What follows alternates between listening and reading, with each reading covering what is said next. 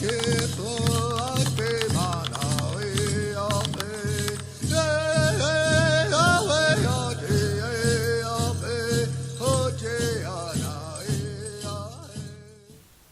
Elk was an important spiritual leader of the Oglala Lakota people. His life reflects the values of Christian discipleship. Black Elk was born in 1863 on the Little Powder River in what is now Wyoming. He was part of the Lakota Nation, often called the Sioux. His father was also named Black Elk, and from a young age he was raised within the spiritual traditions of his people. When Black Elk was 9 years old, he experienced a powerful spiritual vision. This vision later guided his role as a medicine man and spiritual leader for the Lakota people. As he grew older, he trained as a warrior and took part in conflicts during the final years of the Sioux Wars.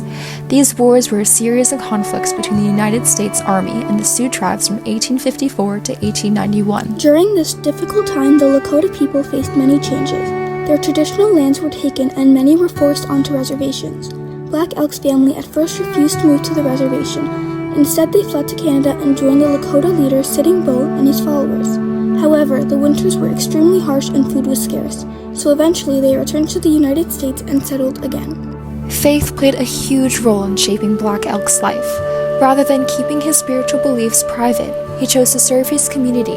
Over time, he became a respected spiritual leader among the Oglala Lakota. He participated in important ceremonies and shared teachings about the connection between people, nature, and the spiritual world. He also preserved Lakota traditions during a time when many indigenous spiritual practices were discouraged by the United States government. Later in his life, Black Elk experienced another major change. After the death of his wife, Katie War Bonnet, he encountered Catholic missionaries working among the Lakota people. Through these interactions, he embraced Christianity and was baptized in 1904 into the Roman Catholic Church, taking the Christian name Nicholas. After his baptism, Black Elk did not simply identify as Christian. He actively lived out his faith. He became a catechist, which means he helped teach others about Christianity. He traveled between Lakota communities on the Pine Ridge Indian Reservation, explaining Bible stories and church teachings in Lakota language so that people could understand them more easily.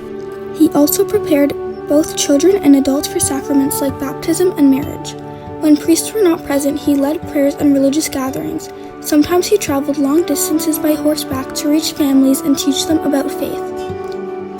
His dedication showed his deep commitment to serving others.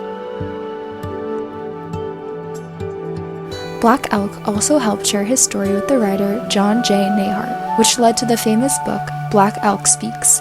This book tells the story of his visions, his life experiences, and the struggles of the Lakota people. Black Elk's life reflects many important Christian teachings, especially those found in the Sermon on the Mount. For example, one of the Beatitudes says, "Blessed are the meek, for they shall inherit the earth." Black Elk showed humility throughout his life by choosing to serve others rather than seeking power or recognition. His work as a catechist was focused on helping his community grow spiritually. Another Beatitude says, "Blessed are the peacemakers." Black Elk lived during a time of great conflict between indigenous peoples and the United States government.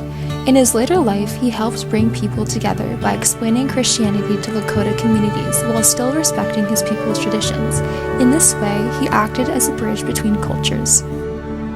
His life also reflects the Beatitude, "Blessed are those who hunger and thirst for righteousness." Black Elk worked to guide his community towards spiritual growth and dignity. By teaching others about faith and helping people receive the sacraments, he supported his community during very difficult times. Christians today can learn many lessons from Black Elk.